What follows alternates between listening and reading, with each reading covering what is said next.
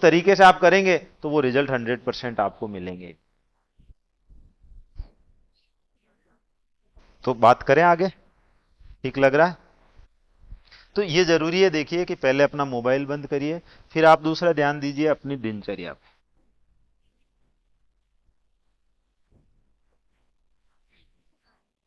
अभी क्या है, हम कभी भी सो रहे हैं, कभी भी जाग रहे हैं, कभी भी उठ रहे हैं। इस पे मैं बहुत ज्यादा बात नहीं करूंगा, आगे और कभी बात करूंगा, लेकिन फिर भी एक दो बातें बता देता हूँ मोटी मोटी।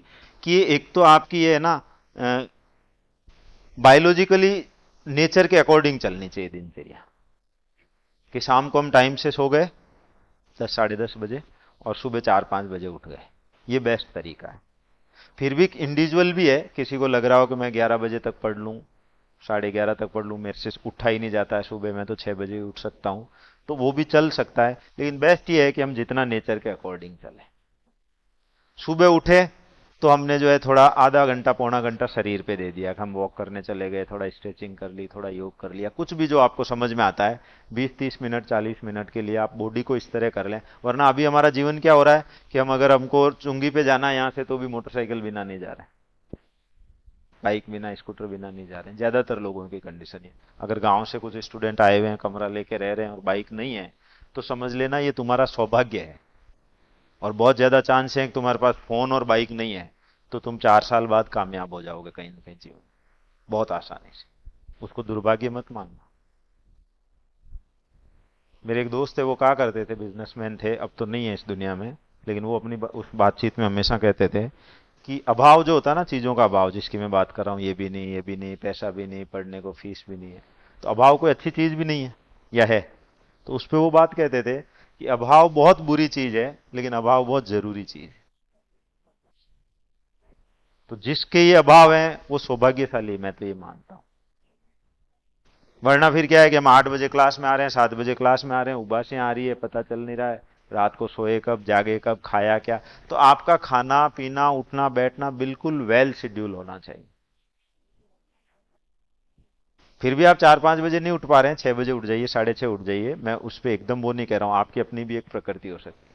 खाना आप लाइट खाइए, वरना हमने क्या है, कहीं कचौड़ी पकौड़ी खा लिया, समोसा खा लिया, या आजकल पिज्जा बर्गर, ये पाव ब्रेड, ये सब चीज, ये सब आपके बॉडी को चुस्त रहने ही नहीं दे सकते।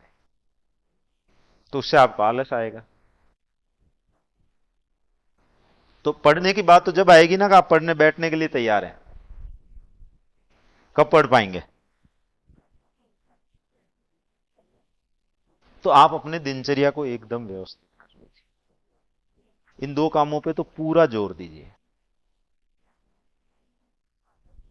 तीसरी चीज मैं आपको कहूंगा, थोड़ा सा आप इसको क्या लिखें कि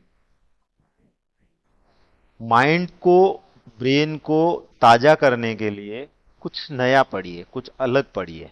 कुछ ऐसा लिटरेचर पढ़ सकते हैं, कुछ किताबें, कुछ इस तरह के वीडियोस देख सकते हैं, अगर दिन में 15 मिनट का निश्चित टाइम करके, कि जो आपके ब्रेन को खोले।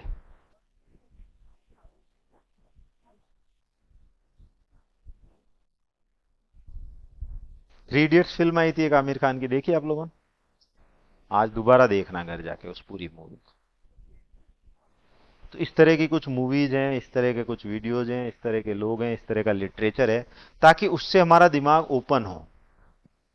तो दिमाग जब ओपन होगा तो ये सारे काम हो पाएंगे। और इसको अगर हमने खोल, आइंस्टाइन के बारे में कहते हैं कि शायद 5 या 10% उन्होंने दिमाग को काम लिया पूरा, तो सबसे बड़े वैज्ञानिकों में से एक थे।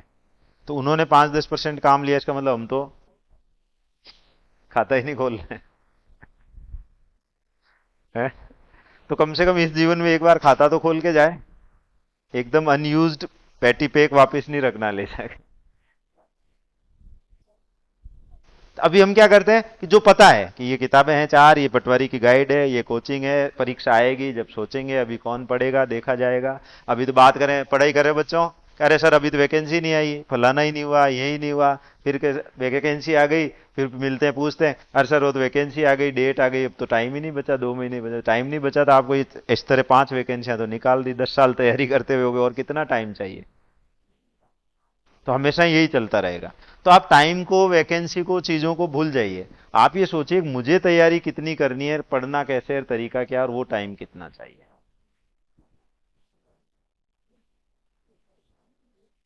समझे आप बात? तो इसके लिए हम पढ़ाई कैसे करें, क्या पढ़ें, वो सारी चीजें हैं, लेकिन उससे पहले कि हम अपने आप को तैयार करें, तो आप थोड़ा सा इसको मैं लिख सकता हूं, या तो आप एक्स्ट्रा रीडिंग करिए, थोड़ा ब्रेन को खोलिए, अगर और खास तौर से अगर आर एस आई एस आप करना चाहते हैं।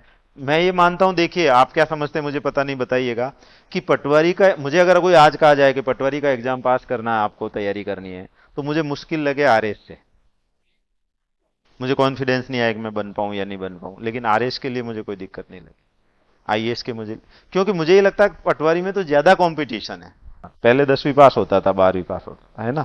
अब ग्रेजुएट, तो अब ग्रेजुएट लोग हैं, तो पटवारी की परीक्षा के लिए पिछली बार कितने लोग अपियर हुए थे, कोई डाटा है? 12 लाख। और आरएस प्री में कितने लोग बैठे थे?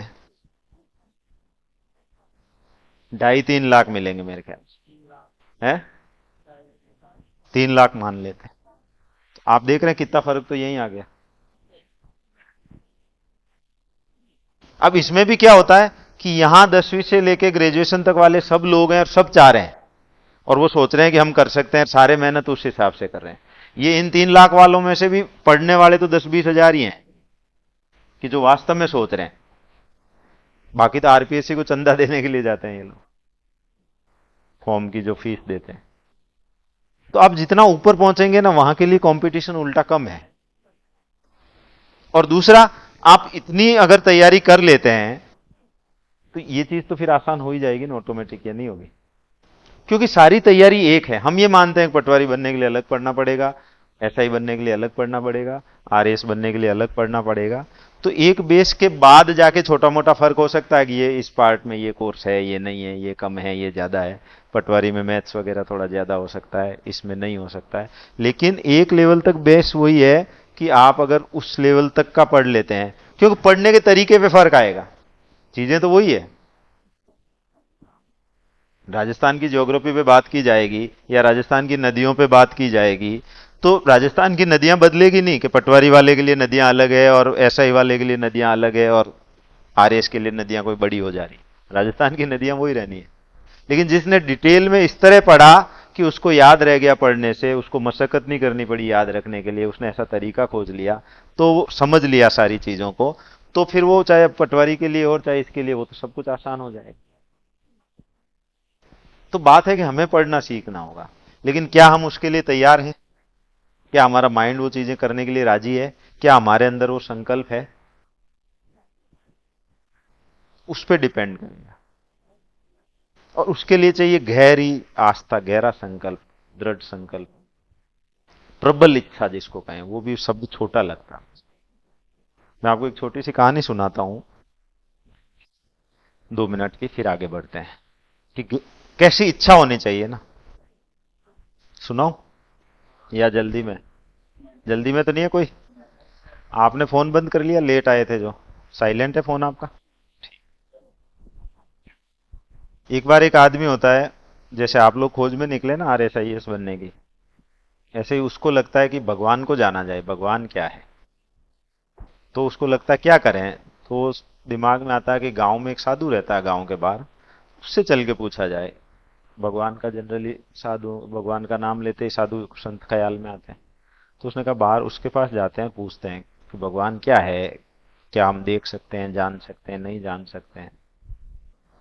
तो वो वहां जाता है और उससे पूछता है। तो नदी किनारे उसकी झोंपड़ी बनी रहती है, और वो साधु के पास आता है। तो साधु कहता है कि चल ठीक है, तेरा ये सवाल है, इस पे हम बाद में बात करते हैं, पहले नहा धो लेते हैं नदी में, फिर बैठते हैं। तो वो कहता है ठीक है। तो वो साधु महात्मा और वो दोनों नदी में नहाने चले जाते हैं। और वो साधु हट्टा कट्टा जवान आदमी होता है, साधु की सेवा भी बाहर से गांव वाले दे देते हैं, दूध आटा पानी, तो मेहनत भी इतनी करनी नहीं पड़ती है, तो वो वर्जिश करता, तो बढ़िया शरीर होता है उसका। अब जो ही नदी में वो डुबकी लगाते हैं, तो वो साधु क्या करता है कि उसकी गर्दन को पकड़ के उस आदमी को नदी में डुबो देता है, पूरा जोर लगा के। हट्टा कट्टा भी होता है। वो आदमी छटपटाता है, मर जाऊंगा मैं, तो ये क्या हो गया, ये कर क्या रहा है मेरे साथ। तो वो उधर से जोर लगाता बचने के लिए पूरा, और वो उसको डुबोने के लिए, लेकिन वो भयंकर जोर लगा के किसी तरह एक बार बाहर आता है पानी से, झटपट। और उसका दिमाग खराब हो जाता है कि मेरे को लूटना चाहता है, मारना चाहता है, कि कर क्या रहा है, और भयंकर गुस्सा आता है उसको। तो चिल्लाता है उस पर, मैं तो क्या करने लगे तुम? तो वो कहते हैं शांत हो, आजा बैठते हैं। फिर वो 5 मिनट में शांत होता है, आते हैं बैठते हैं, तो वो पूछता है आप ये क्या कर रहे थे? मैंने भगवान से मिलने की आपसे बात कही, आपने तो उसके पास भेजने का ही जुगाड़ कर दिया। तो बोलेगा मैं तेरा जवाब देता हूं बात का, लेकिन एक बात का तू जवाब दे पहले, कि वो जो क्षण थे, कुछ क्षण होंगे, 10 20 सेकंड 30 सेकंड का टाइम होगा, कि जब तू नदी में डूब रहा था, मैं तेरी गर्दन पकड़ के डुबोने की कोशिश कर रहा था और तू बाहर आने की कोशिश कर रहा था, छटपटा रहा था, वो जो 20 30 क्षण का टाइम था, उस समय तेरे मन में क्या क्या ख्याल आ रहे थे, क्या क्या इच्छाएं हो रही थी? जनरली हमारी इच्छा होती है ना, कभी बाइक की होती है, कभी कार की होती है, कभी घर की होती है, कभी शादी की होती है, गर्लफ्रेंड की होती है, तो वो अंदर चलती रहती है, सामने किताब खुली रहती है। आइए, सेमिनार के लिए आए? कुर्सियां लेके आनी पड़ेगी नीचे से, नीचे जाइए सर के साथ, 2 कुर्सियां ले आइए। लेट आने वाले को कुर्सी नहीं मिलती, इसलिए अगली बार टाइम से आना। तो उस समय का जो क्षण था, उस समय तेरी क्या क्या इच्छाएं हो रही थी, इसका मुझे जवाब दे, फिर मैं तुझे बताता हूं भगवान कैसे मिले। तो वो कहता आपका दिमाग खराब हो गया, आप क्या पूछ रहे हैं ये सवाल, कि उस समय मेरी क्या इच्छा होगी? इच्छाएं कैसे हो सकती? उस समय एक इच्छा थी कि किसी तरह एक बार बाहर आ जाऊं, एक प्राण मिल जाए, एक सांस आ जाए, और क्या इच्छा हो सकती है? क्या पूछ रहे हैं आप ये बात?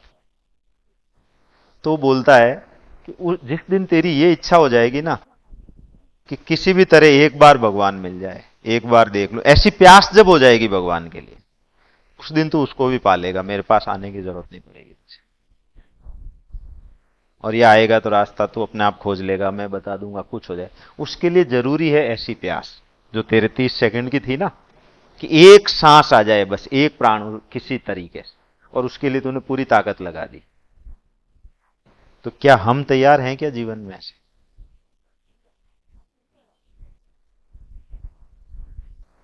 हमारे क्या क्या इच्छाएं आती, किताब खुली रहती है सामने से, है?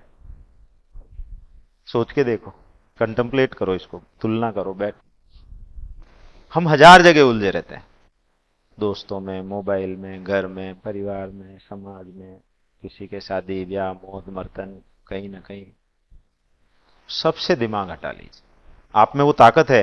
मेरे यहाँ के रिजल्ट्स आप देख लेना, कोविड से पहले, इवन कोविड के बाद। तो हमने क्या किया, पिछले साल एक बैच प्रेम सर के बैठे ठाले क्या करें, तो कुछ बच्चे आ गए थे 10 15, हमने कोई ऐड नहीं किया, कोई चीजें नहीं, कोई क्लासरूम नहीं, कोई चीज नहीं, तो भी वहां बैठ के पढ़ाने लग गए थे। तो 10 15 बच्चे आ रहे थे, 4 6 महीने या पता नहीं 12 महीने इन्होंने पढ़ाया।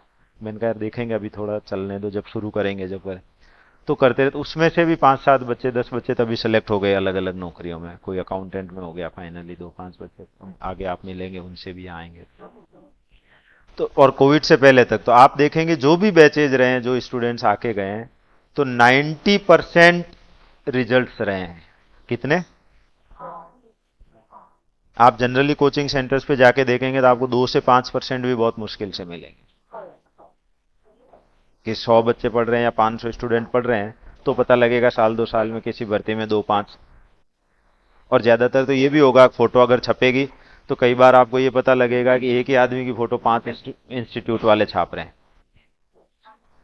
हमारे यहाँ के आपको बहुत रेयरली दिखेंगे फोटो देखने के लिए। अभी इसी बैच से जो आरएस बनी, कल परसों वो लड़की आके गई थी मिलने, कि सर मेरा सिलेक्शन हो गया। जबकि तो अभी मैंने इन लोगों को कहा था, मैंने कहा अब अपन शुरू कर रहे हैं, तो उसको बात करके उसका कोई फोटो ले लेना, इन कोई वीडियो बना देना, कुछ सोशल मीडिया पे प्रचार जब करो तो। वरना उसका दूसरी जगह होती, तो वो पढ़ी हो या नहीं पढ़ी हो, फोटो छप चुका होता अभी। समझ रहे हैं हम बात? तो इंपॉर्टेंट है कि मैंने इस कहानी से आपको क्या कहने की कोशिश की है, आपकी प्यास भी उस लेवल पे आएगी तो काम बन, और उससे नीचे है तो नहीं बनेगा।